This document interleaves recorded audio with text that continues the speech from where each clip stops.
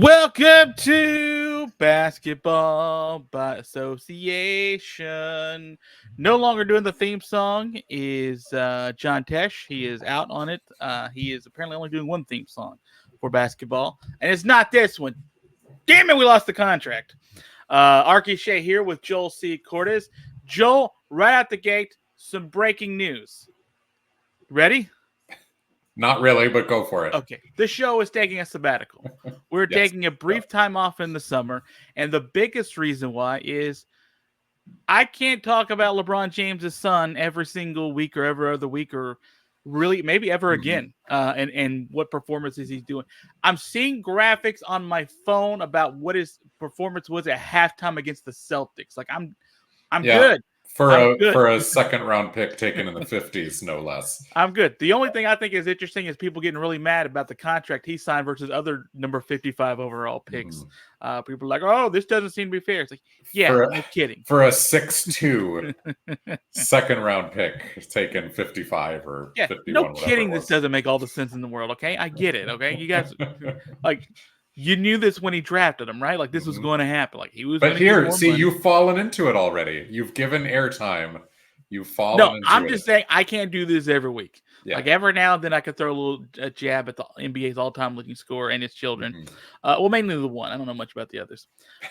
Does he have others? Does he only have one child? No, doesn't matter to me. That's the thing. I do not care about what comes from LeBron James' loins, except for that one time his loins sprang out in the NBA Finals. Other than that, that's the only time I care about his loins.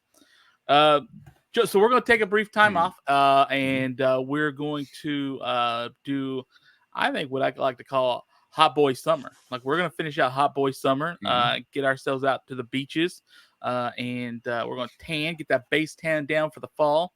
And you and I both have families. You have a much younger family than I do, and it's time to take a little bit of time with that. And I can guarantee you that if and when when we return at a TBD date, the show is going to look very, very different. Let's just say we've had a lot of discussions here in this year off season about things to or to not do with the program going forward. All that's to say is the summer, I'm basically done with the summer in NBA. Like, once you get past the initial free agency hype, that like there's it. I don't need anything else. Yeah. Everything else can just be blah blah blah blah blah. I will say this about Summer League, and then we're going to get to free agents, the ones we've liked, overrated, underrated. We've got some names that are still out there that could be needle movers. We've also got a couple of names that have been moved in trade or trade rumors that we're going to get to.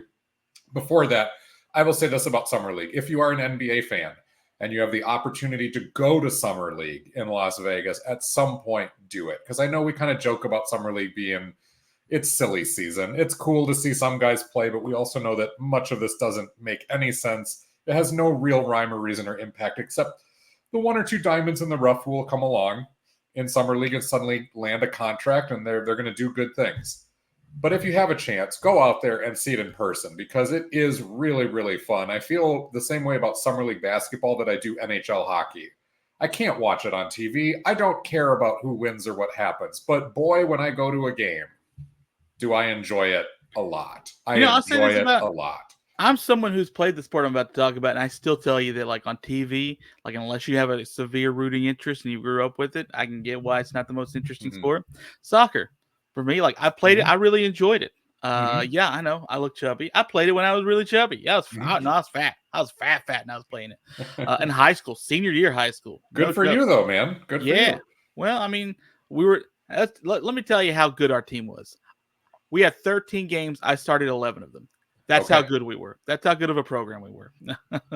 Buckhorn, not known for their soccer. Let's just say that. Buckhorn High School in Newmarket, Alabama, hasn't been known for that. But I will say that it's one of those things where, like, we can be the tourism board for the NBA, but I feel like they got all the money that they need with a new TV deal. They don't really need us advocating for it. Not anymore. Yeah, we've done our job in getting them that bag.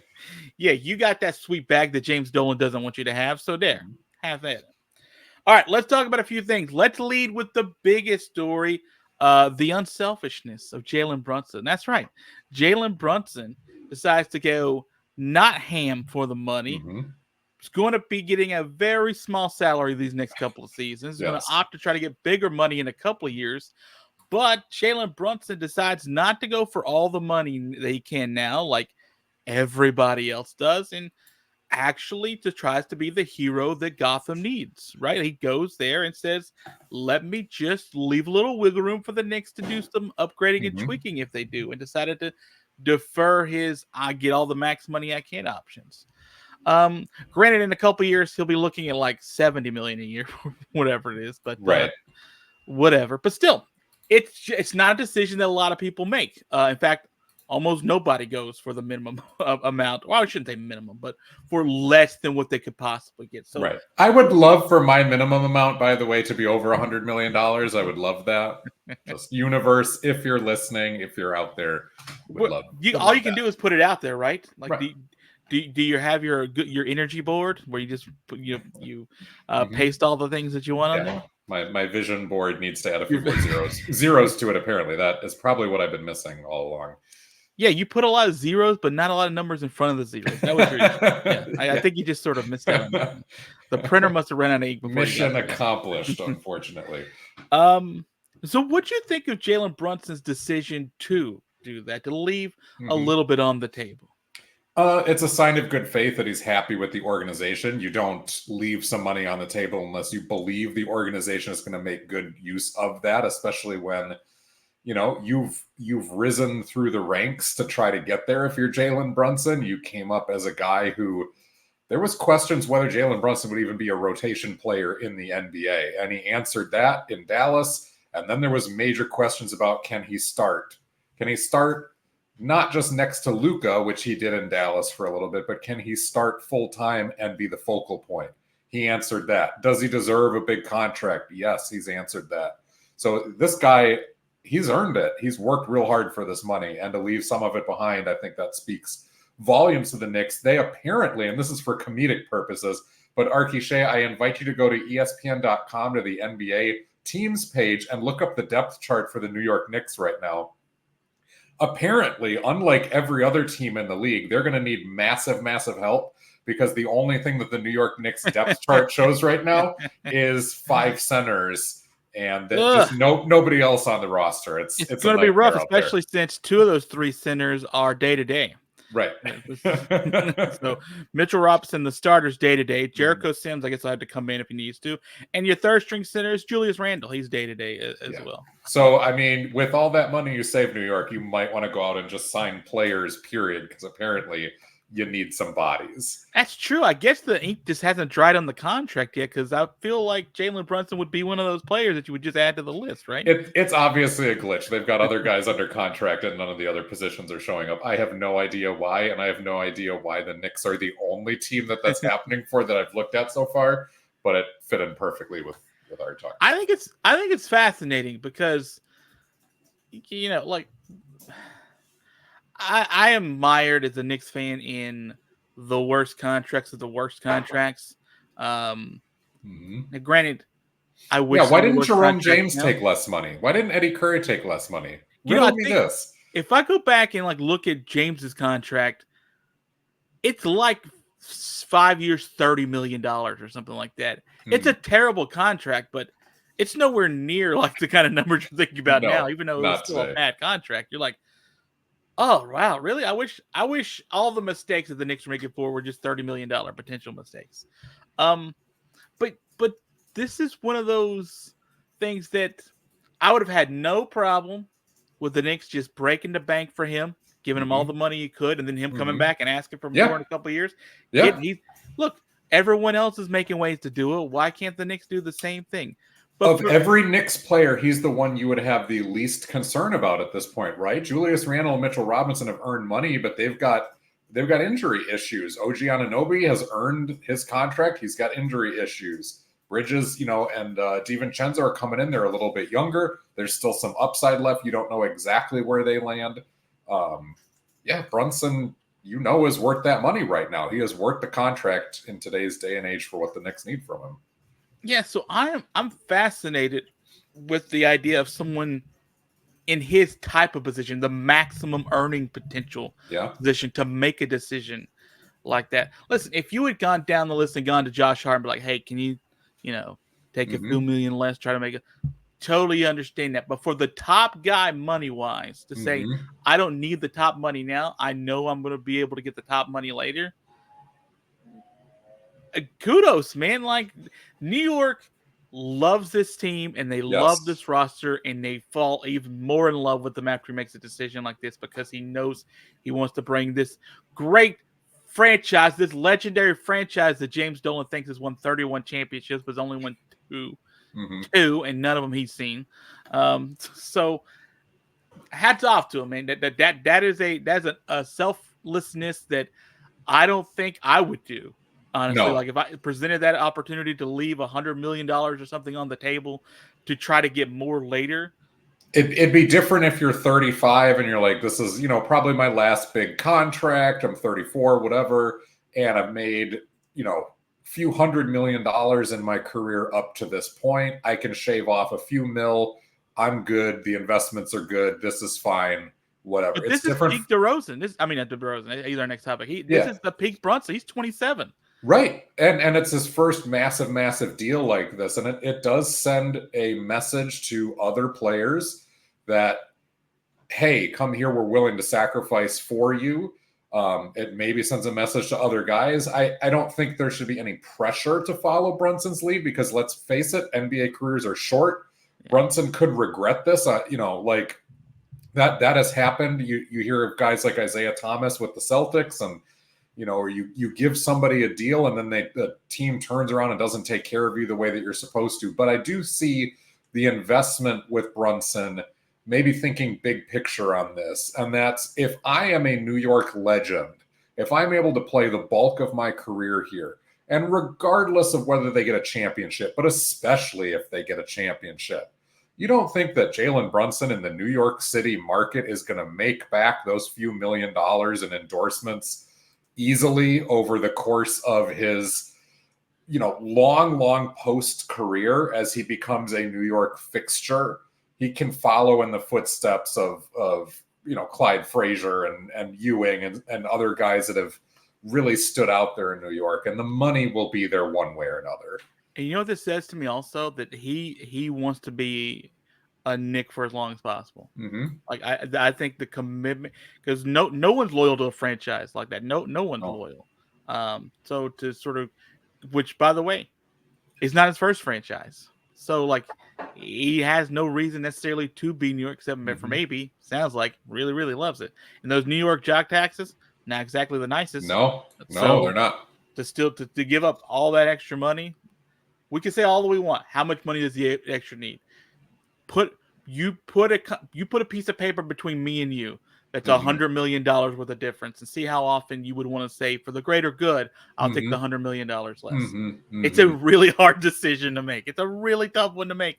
That's why everyone goes the other way, because they got to set up for them and theirs, which is fine. There's nothing wrong with that. Like, absolutely, it's a business, and the league, the teams show you that every single day that it's a business. It's cold-hearted. No one's going to get your money. And no one's going to do this for a long time, especially with the influx of new money that's coming in for the NBA with their media deal. Like, it's going to. Joe, you and I are going to see $100 million a year contracts, and that's crazy to me. It's on my vision board. It's on your $100 million a year contracts. For me and you, by the way, not just me. I'll throw your name in there too. Okay, thank you. What do you think was, and I'm looking it up right now what do you think Patrick Ewing's highest earning year was with the New York Knicks? What, probably like 9? Let me find the year by year breakdown. Maybe 13, but I'll go between 9 and 13. His biggest year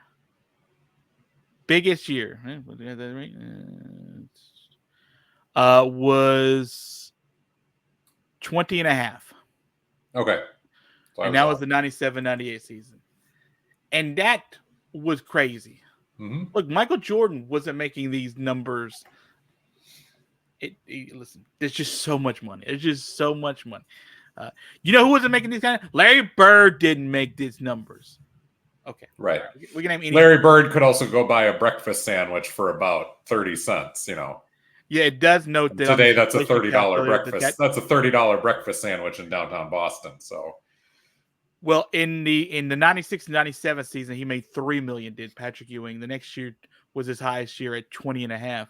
Inflation has that at $39 million. God, I love inflation. Makes sense. Hey, guess who also is going to make a lot of money, at least for a couple minutes? DeMar DeRozan.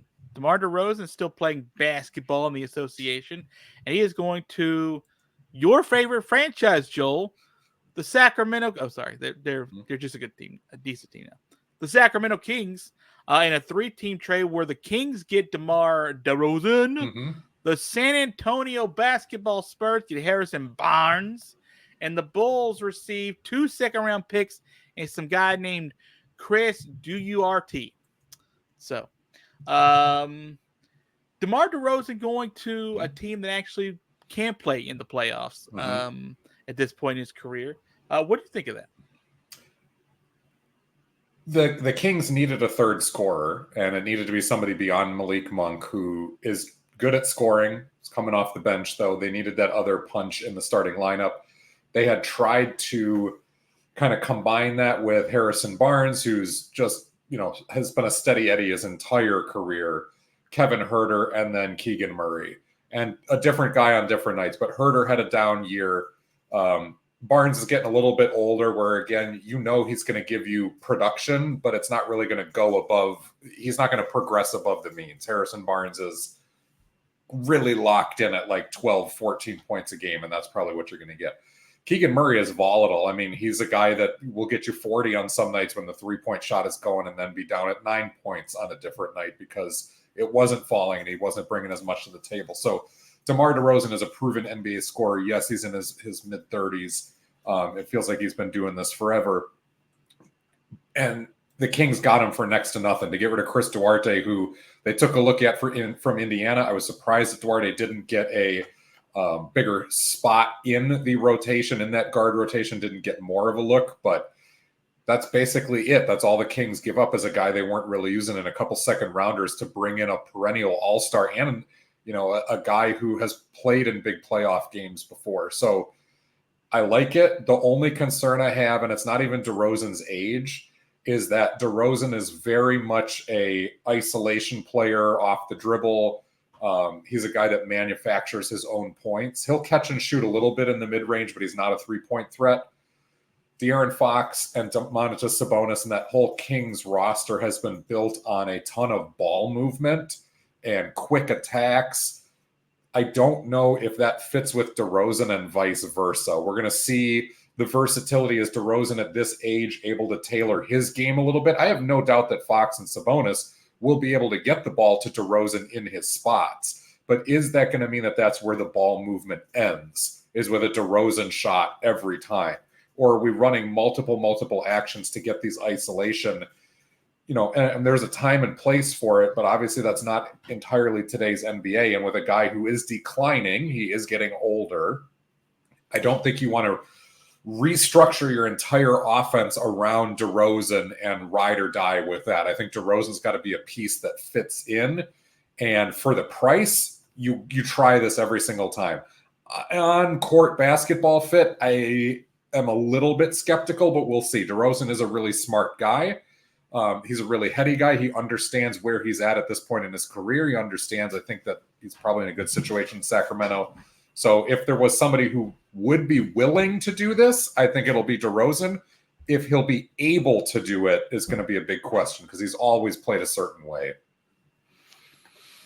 I was surprised at how productive DeMar DeRozan was last year. I thought last year that we would see a decline probably in games played and minutes and scoring, and we really didn't see that. I think he played like almost every game. Like he played like 78, 80 games or something. And it was, he was the guy that the defense was keying off of every single night. It's not like, oh, he's the fourth wheel and had a nice year. No, he's at 34, 33 years old at that point.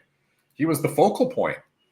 Yeah, he's averaging like 21 points in his career, and last year was averaged like 25 or 24, 25. Like he's still pretty effective He's still pretty effective with hands in his face. He's still pretty effective off the ball too.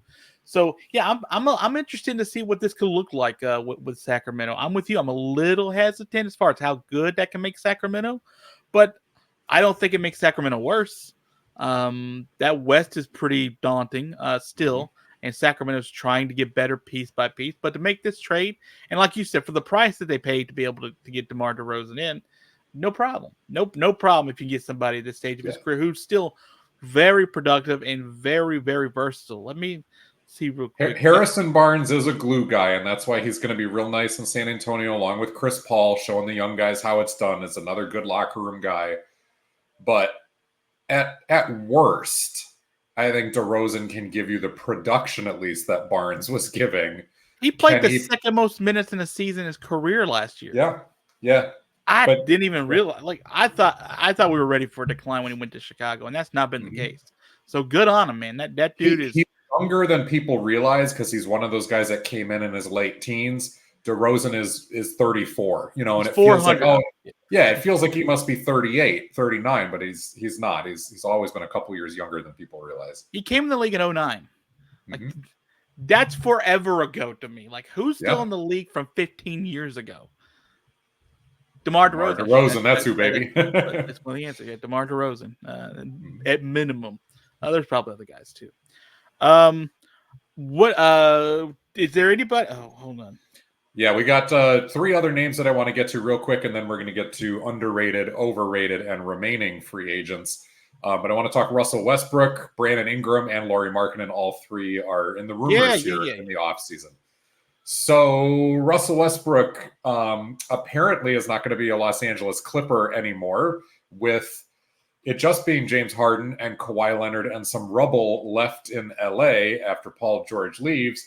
The Clippers have looked around and go, oh, Russ's buddy PG-13 is gone. We probably don't need to keep Russ and James Harden on the same team together. And they're searching for options for him. How many options do you think are out there for Russell Westbrook? But I also want to say he was a much, much better teammate and mentor last year than he has probably in the previous 6 seasons combined. Like he did a good job last year. I have heard the names of the Nuggets. I've heard Golden State being mentioned. For like 7 seconds, someone tried to someone texted me, "What about San Antonio?" I was like, "Are you high?" Yeah, San Antonio is like the no. Like just because that they got older guys now, like Chris Paul in there, doesn't mean they're just trying to get old guys in general. There's a certain method to the Popovich madness. And then dude, not been quiet. Dallas Dallas would be a terrible spot for him too. I don't mind. Well, let's put it this way. I don't like the Golden State idea. I don't mind the Denver idea, but I don't love it. But Denver does need a backup point guard. They could use some scoring help. They've been hemorrhaging bench players since the championship season. So to get Russ and get a look, I don't hate that. I've got one idea that I think is better than Denver. Well, let me ask you this. Do you think he gets traded or do you think he reaches free agency? I think he probably reaches free agency because at this point, unless the Clippers, I mean, maybe they're willing to take a low second round pick back and somebody's willing to give that up. But even then, why do that if you're just going to wait? Like Russ on the court can be impactful, but it's very unpredictable and inconsistent when he's going to be impactful. He has been a good teammate and mentor over the last, season and change. I think he started to realize where his career is at, and some of the ego has dropped a little bit. But it's still unpredictable about whether that will maintain or whether he comes into a different situation and believes that he should be the starter just because it says Westbrook on the back of his jersey, and that's it. Because that's where he was at just a couple seasons ago. So I wouldn't give up assets for him. Nobody's going to give up any meaningful assets for him. But I would probably, if I'm looking around, unless I'm Denver, somebody like that, where you really say, we need the help and he's better than what we can find out there, I let him hit free agency and then just roll the dice. Because if you get him, great, and if you don't, you're probably fine. Yeah, I'm kind of with you. Like, I feel like somebody might be interested in throwing a second round at him, but I think everyone's too. I think the more and more people see the value of what like was done in Oklahoma City, right? Which is just stockpile picks. So these picks become not necessarily picks you use, but they become assets, and they become more and more valuable the more that you get. And just to throw one away for Russell Westbrook, and that'd be kind of what you're doing. Like, but it could be, yeah, because you're talking about Westbrook, who's 36, 35, 36. Speaking of guys who've been there since 09. Do you want to give up an asset for that, or you just try to make a good offer to him if you're, let's say, if you are Denver? Russ is 35, and he came in the 08 draft. Just double check that. Come on now, guys. He's old. Yeah. He's old. Well, and a lot of miles, like a lot of playoff miles, like a lot of run on those legs. You brought up an interesting name, and it's the one I was going to go with. This would be the feel-good story if you could make it work, but you really would have to sit down with Russ and see where his head's at. Does he want to go for a fun ride, and is he willing to row the boat in the same direction as everybody else? Because if he is, and if Oklahoma City, who has like 300 picks in their coffer and has 300 players under contract, so I don't even know if they could fit him, and if it even makes sense, because it would come at the expense of one of these prospects, and they've got so many. But send one of your middling prospects down to the G League for the year. And if Russell Westbrook was willing to come in and play 20 minutes a game as the backup point guard, combo guard, maybe even less than that, but he was willing to bring that fire, bring that wisdom that he's accumulated throughout his career, and go back to OKC, a team that is poised to not only probably be the best team in the West again next year, but improved on last year just because of maturation and the additions of Alex Caruso and Isaiah Hartenstein. They've been searching for that veteran mentor guy. They hoped it might be Gordon Hayward last year. They've tried out some other guys in the past. It hasn't really worked. You know, Caruso, I guess, is getting close to that point where he's kind of sort of a veteran. So is Shai Gilgeous-Alexander. But bring in Russ. Like, if his head is in the right spot and he's willing to be that good soldier, I would do it. I would do it. The cheers he's going to get when he gets back on the floor every night. If there's an atmosphere that can be positive for him, and whenever he goes on the court, it's going to love seeing him on the court night in and night out there. I think that'd be a tremendous spot for him. I think it'd be a phenomenal spot. And any time that you're being sort of loved on like that, and it seems like a personality that's like this, I think he tends to be more into the product. I think he's so more too. Excited about maybe the role that he's having to take. That maybe if he's coming off the bench, that's great, but he's going to get screamed at. Yeah, if he's getting a standing ovation every night when he checks into the game because he came back and he gets to actually chase a ring. Yeah, what arguably led him to leave? Yeah, what led him to leave Oklahoma City in the first place, to come back and kind of make good on that story. You know who's got the bad vibes from OKC in that team? It's Kevin Durant and James Harden, not him. Yeah, like those guys get all the dark side of that. Russell Westbrook can come back and be a LeBron James-esque hero for them, not necessarily lead the team like that, but be the guy that says, hey, I see where this ship's going. Let me go there. Let me do everything I can. Let me be unselfish. Let me come off the bench and let me enjoy this final year, maybe two, depending on what they sort of see with that.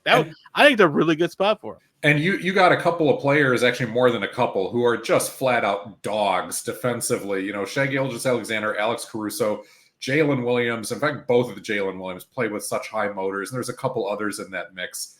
Like, to have Russell Westbrook every day in practice, and you got to go against that intensity that he's going to bring, especially if his head is on straight and he's dialed in of like, no, I'm going to go at these guys to make them work.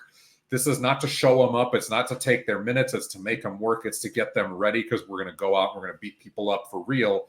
You know, at game time, like that can only be a help. And Lou Dort, I even forgot about him. Like, they've got so much talent there. That's the only concern, is if you bring in Russell Westbrook, does that come at the expense of Lou Dort's minutes, Isaiah Joe, who's been real good for them. Cason Wallace has been good. Aaron Wiggins is in that mix. There's some young guy or guys that are going to miss minutes if you're bringing in Russell Westbrook. And that becomes the big, that's the big question mark. They don't have to miss a ton of minutes. You know what I mean? Like he's humble enough to recognize what right. This is all contingent upon Russell Westbrook being in the right headspace, sort of realizing, hey, I'm going to go from this crumbling franchise in Los Angeles to a place that's going to adore me, and I'm going to have a great end to this career, and I'm going to be seen as bare minimum a hero, and I may even bring this franchise a championship. Or at least I'm going to be seen as someone who could be a piece that does that for him. That would change his entire career narrative and arc, wouldn't it? It really if Russell Westbrook gets a ring in OKC where he started, and he did it by coming in and being a consummate teammate and veteran leader. That would change. It would change the entire back half of his career and what we perceive about Russ. Maybe he doesn't care about that. He doesn't need our approval, but I mean, it would. He needs yours. He needs yours, Joel. Well, he played the fewest amount of minutes he's played in the season last year, 22 and a half. That's plenty. It's plenty for him. Like if he's willing to sort of take that role, or even 15, Yeah. He was productive in his 22. That is the concern, though. You look at all these young guys in OKC, they need their minutes, and they're all deserving of it. So even 15 is coming at the expense of somebody else who has earned it too. But that's what a team is about. 22 minutes is still technically like half of every quarter. So like it's not like it's 3 or 4 minutes a quarter kind of thing. Right. It's half of each. All right. Lauri Markkanen. Where's that guy going to end up? That guy. So I have read that the favorites seem to be the New York. No, I'm just trying to get the Knicks back. Stop it. The Jazz, I heard, have been very heavy on Lauri Markkanen and what he might be able to sort of be for them. What do you think sort of I'm a little surprised Lauri Markkanen's still at this point available. Like this is the middle of July. Like it feels like he would have been a week ago picked up by somebody. Well, and I don't really know what Utah is still trying to do because they accumulated some talent. They've been piecing that talent off for draft picks. And the draft picks look okay, but you still need a star. You need scoring. And Lauri Markkanen does that, and he does it in an elite way that a lot of other NBA players don't. I think, because he's able to score from all three levels. I guess the one thing that is understandable is he's 27, which is not old, but he's in his prime. And if the Jazz are looking at this going, we are still 3 years out from the guys that we're drafting, getting to a place where they can carry us. Lauri Markkanen, once he's hitting 30, may not even be here anyway. So let's get something for him now. I get that. There are a lot of places that he could fit, a ton of teams that he would make sense with. And I'm not going to go down the whole list, but where he's been rumored is with the Golden State Warriors. I love that idea. Love it, love it, love it, love it. Golden State needs a shot in the arm before Klay Thompson left. They needed that. I'm going to bring them up when we talk overrated and underrated free agents. They need help on the front line. They've given minutes to Moses Moody, who's rumored to be in such a deal. Jonathan Kuminga, who supposedly the Jazz want, and the Warriors are saying no freaking way, which is probably the best answer that the Warriors could give. But they've given those guys minutes, and it's been shown that, okay, they can probably, they look like starters. They're probably not all stars. Lauri Markkanen has been an all-star. So upgrade that front line, get the type of shooting and floor spacing that we know Golden State thrives off of. Markkanen can score in other ways too. We don't know if Andrew Wiggins is going to be back in the mix here for the Warriors. They're clearly in a rebuild. This would be a deck shuffle. So if you can get them and you're not having to get rid of all of your young guys who have been proven, that would be absolutely fine. Because supposedly the Jazz have also been asking for Brandon Pajemski, and the Warriors are saying, no, you can choose one, maybe two, not all three of our top young guys that we've been developing here. I just sort of read a tweet from Sham Charania who says that the Jazz would want, you brought up Pajemski, would want for Lauri Markkanen. Mm-hmm. Podziemski, 3 first-round picks, 3 or 4 unprotected pick swaps, and 3 or 4 second-round picks in a potential deal. Remember, the Jazz have fleeced a couple of people. They've fleeced a few people, including the Minnesota Timberwolves, who we'll talk about next year. It doesn't hurt to ask, I guess. But it's gonna hurt to answer. Yeah, like that. Don't answer that phone call. You call Danny Ainge. Don't let him call you. Yeah, apparently they're prioritizing this, according to Sharania. They're prioritizing Podziemski over Kuminga in a trade talk with the Warriors surrounding Lauri Markkanen. And then Utah mentioned wants basically all of Golden State's future for.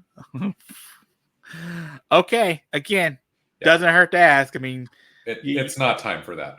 So the last name I want to get to, and then we've got free agents, and we'll rattle through those relatively quickly. But the other name that is being rumored, and the one that should be rumored with him, New Orleans, since last year and kind of a disappointing end of the playoffs, has been heavily rumored to be trying to move Brandon Ingram. They cannot find a taker, which is a little bit surprising considering that Ingram is young-ish, is a good defender who can shoot, is long, can play either forward position.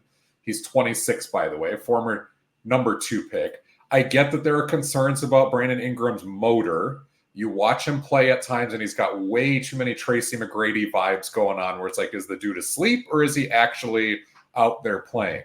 But the talent is undeniable. New Orleans, when you look at their roster, they just completed a fantastic trade for DeJounte Murray. He'll probably be their starting point guard. That means CJ McCollum will slot over the shooting guard. Right now, the forwards would be Brandon Ingram and Zion Williamson. That's all great. Until you get to the center spot, and you're looking at the rookie from Baylor, Yves Missy, who was taken, I think, 21st or 24th, and the fact that because of this DeJounte Murray trade, you're going to bring Herb Jones, arguably one of the best defenders in the league, and potentially Trey Murphy III and Justin Hawkins all off the bench. Jordan Hawkins, excuse me.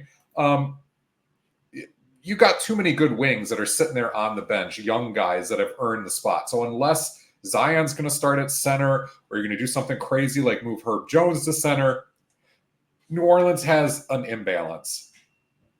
Enter the Minnesota Timberwolves. You can't find a taker for Brandon Ingram. The Timberwolves need to get rid of karl-Anthony Towns. I don't know if the Wolves know this yet. I've been trying to send that out through my vision board for like 3 years. They're not getting the message, but they need to break up the double twin tower lineup with Gobert and Towns, not because it didn't work, but because you can do better than that. And because you can do better than karl-Anthony Towns at this point. Swap Towns and Brandon Ingram, and both teams walk away happy at this point. Towns goes to be the starting center for a young, up-and-coming team where he can facilitate. They've got great defenders around him. He stretches the floor. He gets to play with Zion Williamson.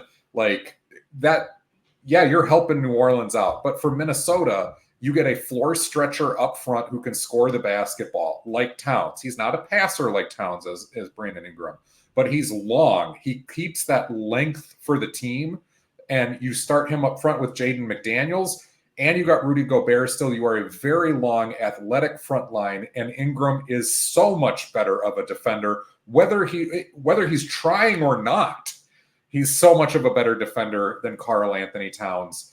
Get this deal done yesterday, guys. It helps both teams. I know you're Western Conference rivals, and typically they don't like to do business with each other, but this just makes way too much sense, especially when the Pelicans are not finding a taker for Ingram reportedly, and Minnesota probably is not going to find the takers they think they would for Towns if they wait much longer.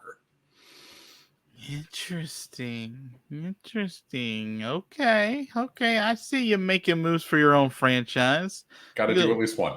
You're doing a little 2K here on us, right? I see what it looks like. All right, going to make the Minnesota Timberwolves a contender with the Knicks next year. That's right. Brought them up again.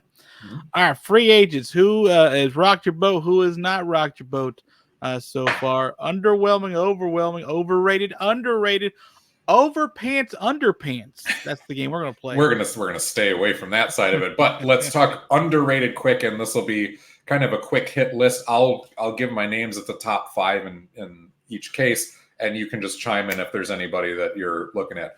We're at that point in free agency where the big names are gone.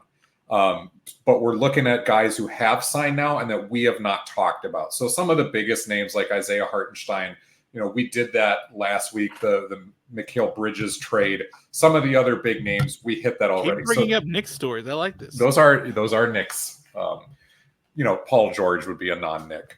Okay. These are guys that have signed already that I thought were underrated. Saddiq Bey leaving the Atlanta Hawks and going to Washington. He's young. He can shoot. He's been a starter on a couple of bad teams with Detroit and then, underwhelming with the Hawks. But Bey is a guy that I've watched for a while, being that he was up here in Michigan by me. He can play. He's the type of small forward that you need. And with Washington moving on, yes, they still have Kyle Kuzma, but they move on from Rui Hachimura.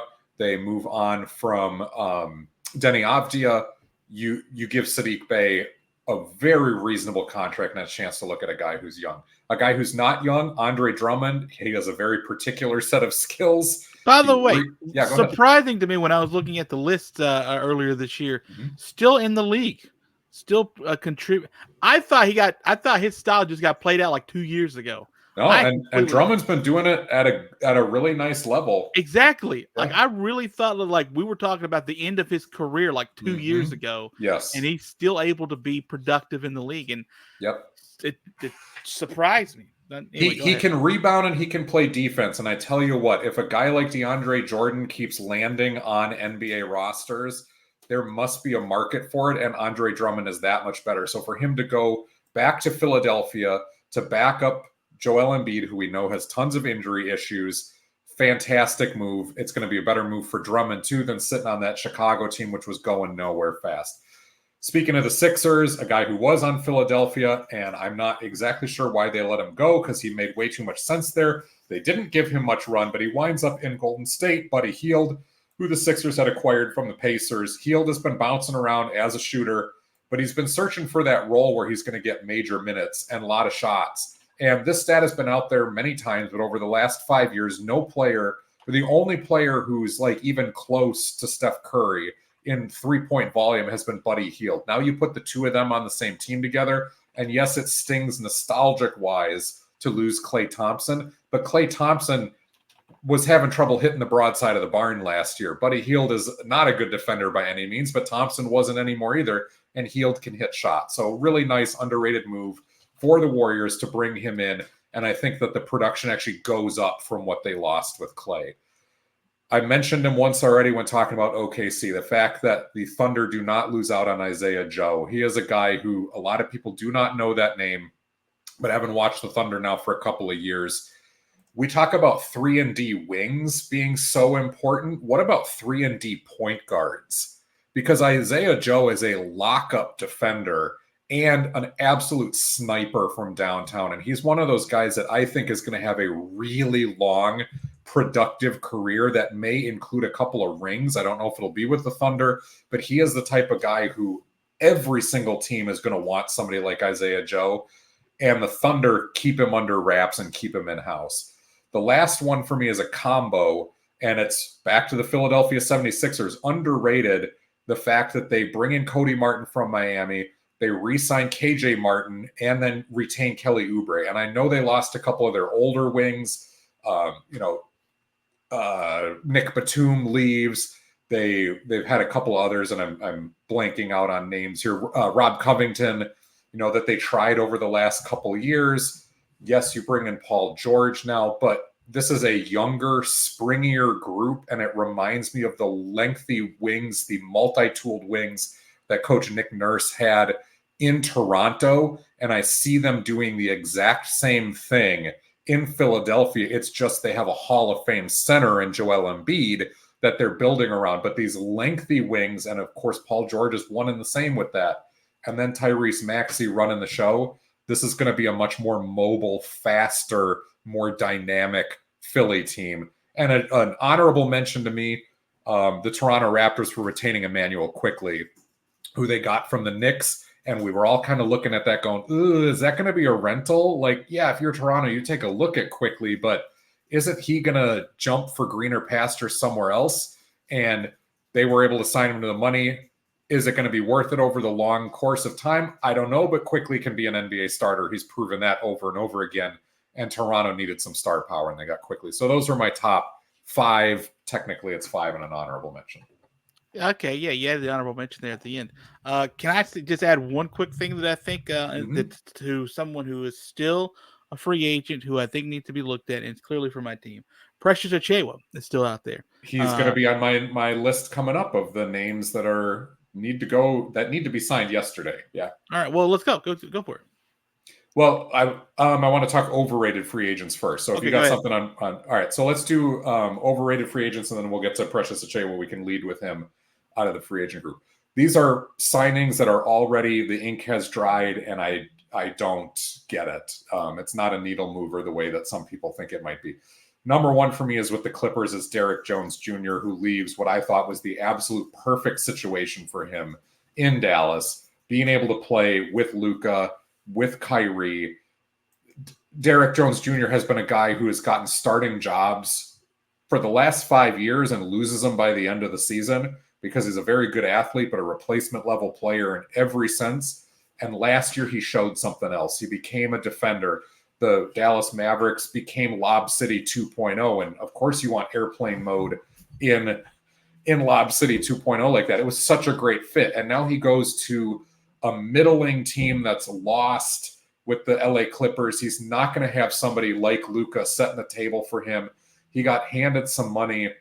He's going to be given a starting job over, now that Paul George is gone, and he's not going to keep it. This was one of those best case scenarios. And if you're Derek Jones Jr., recognize that, stay in Dallas. I know you could have gotten more money in LA, but you probably are able to get more money in the long term if you keep playing well with the Mavericks. And now you're probably going to be a disappointment as a contract.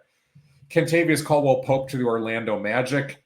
Again, a situation where you leave a perfect starting 5 with Nikola Jokic, with Murray, with Aaron Gordon, with Michael Porter Jr. Like, that 5 made so much sense together. And Kentavious Caldwell-Pope has got a couple of rings. He's earned the right to go wherever he wants. Orlando certainly can use a guy like that, but Orlando didn't need more defensive help. They needed scoring help. Kentavious Caldwell-Pope is a guy who gives you like 9 points a game, and he will hit big threes. He is clutch. He is a good veteran, and he made way more sense on the Denver Nuggets. So that more of a surprise for Orlando's side, not Caldwell-Pope's, right? But I think he's overrated on a lot of other teams. And I think he's overrated as a fit in Orlando. There are certain other places where Pope could have gone where, he probably has the same level of impact as he did in Denver. But, it's not as big of a deal as people are making it. Another name who's just a name at this point, Philadelphia. I gave them some flowers for an underrated trio of signings, but an overrated one is Eric Gordon.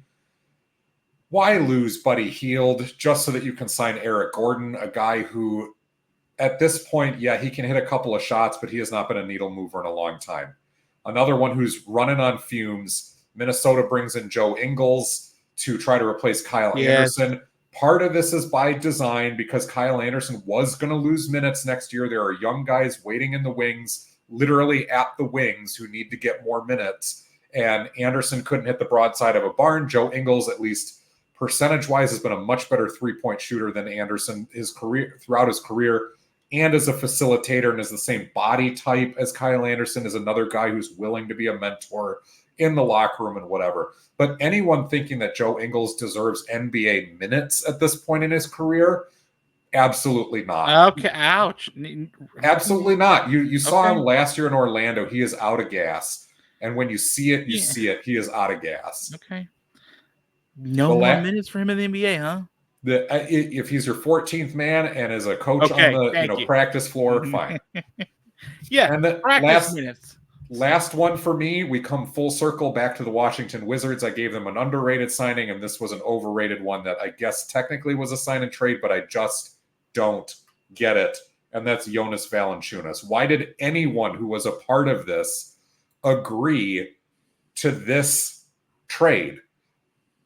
The Washington Wizards right now are going to start Malcolm Brogdon, veteran, at point guard.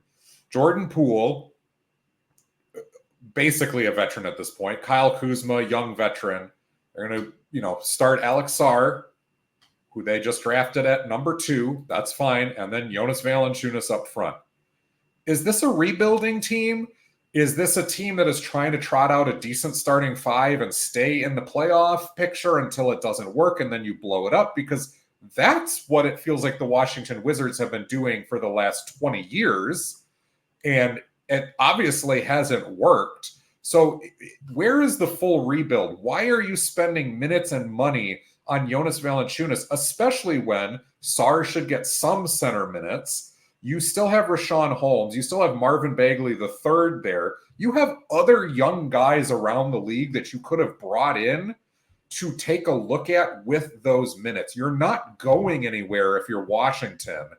And if you're Jonas Valanciunas, I guess you're getting the money and you're getting the minutes and maybe you don't care. And he's played on a bunch of middling teams in his career, but it just doesn't make sense to me. So highly overrated. The one I agree with you the most is Jonas Valanciunas, to be honest with you. That's the one I do agree with you. To me, it makes no sense. Are you in or you out, Washington? I don't understand. What did this barely middling move? I don't. It's the reason it's the move like that. It's the reason why they are the Wizards at this point, and why they were threatening to leave and go to Virginia just a few months ago. It makes no sense. No sense to me. All right, then very quickly, names that can help. Let's start with your guy in New York, Precious Achiuwa. Don't the Knicks kind of need him with Isaiah Hartenstein gone? And hasn't he shown enough with the Knicks and then with the Heat a little bit, with the Raptors a little bit, to say that this is a young big who's athletic and should be on somebody's roster already? I don't get it, especially New York's roster. Yes, I think the Knicks have not lost contact with him from everything that I've read. That they declined his option, which was $6.5 million. And I think some of that was because they were anticipating some big contracts about to be signed up, which they did. I don't know if they expected Jalen Brunson to give them a little bit of room. I expect Precious to be a New York Knick when the season starts. I hope so. I think they just didn't know where their money was going to be with possibly trying to get Brunson paid up and with putting up with Anunoby and seeing if he would stay with New York. And bringing Bridges aboard, too. And, of course, bringing Bridges aboard. That's a ton of money that the Knicks have dealt out. But I do think absolutely, despite the fact that there are 5 guys listed as center on the New York Knicks depth chart, according to ESPN, this would be easily one of your top 2. He'd probably go ahead of Julius Randle, just because Julius Randle, isn't a center. So, but yeah, I think the Knicks. He was really good. He was really, really good for New York, especially knowing what happened with Mitchell Robinson and now having Isaiah Hartenstein no longer being with New York. I think it's a big pickup for them, and I think Jalen Brunson makes that way a lot easier now. Other names that I am surprised have not been signed yet. Again, I consider them minor needle movers. They're not going to make or break your offseason, but they're going to produce versus some of the other names out there who are replacement level, even if they're veteran or young guys and you're not sure if they're ready to step into a rotation role. Every single one of these guys is a rotation player, or in some cases, even more. Luke Kennard, who has bounced around a little bit between the Clippers and the Grizzlies over the last couple of years, shoots at an elite level. Shooting is always a priority in the NBA. He will be signed at some point, and he's one of those guys that I think fits on just about any roster in the league. And if you're looking for that extra shooting, Minnesota Timberwolves, sign Kennard. But it doesn't even have to be Minnesota. There are so many other places that need a guy like that. Jetty Osman played with San Antonio. He was one of their quote-unquote veterans last year.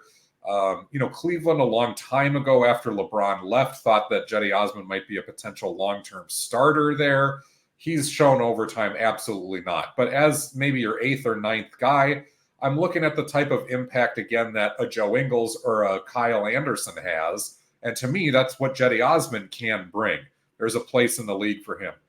One guy who's a restricted free agent, and that's probably why he hasn't been signed yet, because nobody is real sure if they want to give him a ton of money. But I do think he fits in the NBA, and I'm surprised that his own team has not made more of an effort to re-sign him yet. This is your boy, Isaac Okoro, who makes a ton of sense in Cleveland, but he makes a ton of sense on a rival like the Milwaukee Bucks, right, who've been searching for a defender after Drew Holiday leaves. They need something to pair with Lillard and Middleton and Giannis. And a guy like Okoro, to me, you hand the money to, and I don't know if maybe he probably doesn't fit under the cap in Milwaukee. I haven't looked at their situation. But there are other places around there that somebody should be testing the waters, kicking the tires on Okoro and forcing Cleveland to match. Yeah, that is to me, that is one of the more interesting surprises at this point. That is that Okoro here on July 16th doesn't have a roster at this point. Now, as you mentioned, Cleveland does get a chance to match whatever offer he's able to get out there. Yeah, or just to give him the qualifying, But I think honestly, someone needs to give a good offer to him, and I think Cleveland needs to match him. I think Cleveland, look, he had one of the best years he's had in his entire career so far. Great scoring output, great defender for Cleveland. He is someone that maybe he's not the consistent all-star that some of us had hoped he might be. Right. He was taken number 5, so that was obviously a hope. Yeah, but at that point, then you're prepared for that, right? And I don't know if Okoro may be waiting for I was a top 5 pick going into our first big contract type money that's not going to come the way he thinks it's going to come. No, it will not. So if that's sort of the holdup, then that's on Okoro. But I think wherever they find something for him, he should still be playing. He'll still be playing in the league. I think Cleveland is a great spot for him. So 4 years in the league, and his 3-point shooting percentage has risen every single one of those 4 years, and that was the major concern coming into the league. It was, and he has clearly gotten better at that. He's also really good at shooting with defenders in his face. Like he's really talented. He's really sort of developed his game because he went into that draft as being sort of a top 5 pick, but it wasn't a very strong draft after the top couple picks. That was what's his name's draft.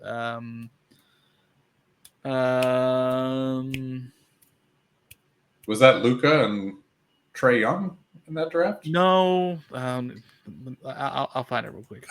Another name on the list who was given a chance to start last year. This happens to a lot of guys who cut their teeth as backups, and then they finally wind up on a bad team and given a chance to start to see if they can be starting level going forward. And it was kind of shown that, no, he's in that unfortunate fringe area where probably one of the best backup point guards in the league, but is he starting level? Probably not. That's Tyus Jones, who, again, on the Washington Wizards last year, but he previously had been backing up Ja Morant in Memphis. He did fantastic. The Grizzlies rarely missed a beat when Tyus Jones was in the game. And Jones gave good minutes at the very beginning of his career in Minnesota. There is a place for Tyus Jones. The question is, does he realize that he's probably going to be an overqualified backup, because that's where the money is going to be and where the minutes are going to be. A lot of times you get this chance to start midway through your career for a couple of seasons if you've been working your way up from a bench rotation spot, and that's it. The next guy on this list is exactly in that spot as well. It's Gary Trent Jr. from the Toronto Raptors. He was given a chance to finally start in Toronto after cutting his teeth previously in Portland, behind Damian Lillard, behind CJ McCollum. Gary Trent Jr. can score the ball. It's not very efficient, however, and he doesn't bring a ton else to the table, which is why he is better suited as maybe a 6th man, but probably as a 7th, 8th, 9th guy and a shooting specialist, a scoring specialist, and not a starter. I don't know if he'll realize that or not, but I think that's the type of offer that's going to be out there for him. 2 guys that are young-ish, that had a name for a while, and that deserve to be on a roster. One of them we're all rooting for, and he has shown that he keeps deserving more of a look. Where he's going to land, I don't know. But that's Markelle Fultz from the Orlando Magic. Went through all of the injury issues at the beginning of his career, a lot of clouds around the beginning of his career. Do you know that Markelle Fultz has been in the league? It's like 6 years already, 8 years already. I gotta go back and look. It's crazy. The dude is like 25, 26 years old, and there's no way that he's been in the league this long, and yet he has. It's nuts. The other guy, similarly to him, is Talen Horton-Tucker from the Utah Jazz. Horton-Tucker kind of made a name with himself during some of the dark days with the Los Angeles Lakers when LeBron first got there. He was one of those classic LeBron role players that LeBron took to and then got handed a whole bunch of money because LeBron liked him and the team wanted to keep him. They quickly realized that was too much money. He went to Utah. He's gotten stats. Like, Horton-Tucker is a guy who will get you points, rebounds, and assists, but they kind of come inefficiently. So he's the big question mark on this list for me, where he could be a starter for a lot of teams yet, but is he going to be an impactful starter? And if he's a bench player, are you going to give him enough minutes to be a guy who is a connector, who is a gap filler, maybe like a Harrison Barnes in the future? I don't know, but that's probably where he's going to have to land. And then the last one, the honorable comedic mention. Guys, Boban Marjanovic is not signed to a roster yet. Right, what are we doing? Right, come on now, sign Boban. Oh, come on, Joel. By the way, Isaac Okoro's draft, that's the Anthony Edwards draft, 2020. Anthony Edwards, James Wiseman, LaMelo Ball, and Patrick Williams drafted ahead of him. So, but then after that, let's see, Killian Hayes, Obi Toppin, Devin Vassell, Tyrese Halliburton, Kyra Lewis, Karl-Anthony. As always, there's some hits and misses there, right? In that lottery. Well, that's the thing. I'm sort of saying some of these turned out okay, but some of these we weren't, necessarily expecting to be. Like, look, Peyton Pritchard was drafted 26th overall. Huh? Anybody talk about Desmond Bain, a big time at the time in 2020? Were you? Nope. Let's see. Let me see if any second round picks step out real quick. Nick Richards, no. You know why I mentioned him. Isaiah Joe was drafted 49th overall. There you go. It comes full circle. There you go. That's about it in the second round. So, full circle for this podcast. Isaiah Joe, first time ever being mentioned on this podcast. I'm pretty certain. And you got a bunch of street cred now. Go tell your ma, your pa, tell everybody. And I just wanted to make good on the reference I had. Markelle Fultz is 26 years old. He's been in the league 8 seasons. He's been in the league 8 seasons since coming in as the number 1 pick for Philly in 2017. He was the number 1 pick, but he was the questionable number 1 pick because things got weird with him coming out of Washington and his injury there with the shoulder and stuff. Well, and then just a crazy career to try to rebuild himself into something that anywhere near resembling worth taking a number 1 overall pick. And hey, kudos to him to have 8 seasons in the league before what happens to this year, despite what was happening early on in his career. It's wild. And I just, the game splits for him in those 8 seasons. Year 1 as a rookie, 14 games, didn't start any of them. Year 2, 19 games in Philly, started 15. First year in Orlando, 2019-2020, he started 60 of 72 games. 2021, he played 8 games total. Granted, that's the COVID year, but still 8 games total. 21-22, he's played 18 games total. He started 3. 2 seasons ago in Orlando, he started 60 of 60 possible appearances. That's his best season to date, I guess, although the first year he did log 72. Hey, check out that draft of his, by the way. Yeah. And last year, 43 games played, started 18. Oh, not bad. Not bad. Markelle Fultz, Lonzo Ball, Jason Tatum, Josh Jackson, De'Aaron Fox, Jonathan Isaac, Lauri Markkanen, Dennis Smith Jr., Zach Collins, Malik Monk, Luke Kennard, Donovan Mitchell. Woo! That's a draft. Some hits and misses, but most of those names on there you probably wanted to take a look at before Markelle Fultz. Oh, well, I mean, OG Anunoby's in that draft. I mean, some of these guys, it turned out. Josh Hart's in that draft. Kyle Kuzma's in that draft. Jared Allen's in that draft. Sure, some hits and misses, but I mean, they are Semi Ojeleye. That's right. SMU's own. That's a deep cut draft. right there. Yeah, but no, that's a pretty solid draft. I mean, not often that you get like, more than a handful of guys who are in the league 5, 6, 7 years later, and they put out like a dozen of those, right? So pretty cool. All right, Joel, this is our goodbye episode for now. We're gonna take a sabbatical, and you'll know when we're back when you see us, people. We will see you on the other side. This has been Basketball by Association. If you want the video version, find us on YouTube. You can like, share, subscribe over there. If you want the audio only version, Spreaker, Spotify, iTunes, wherever you get your podcasts. It has been fun. And sayonara from Basketball by Association for now.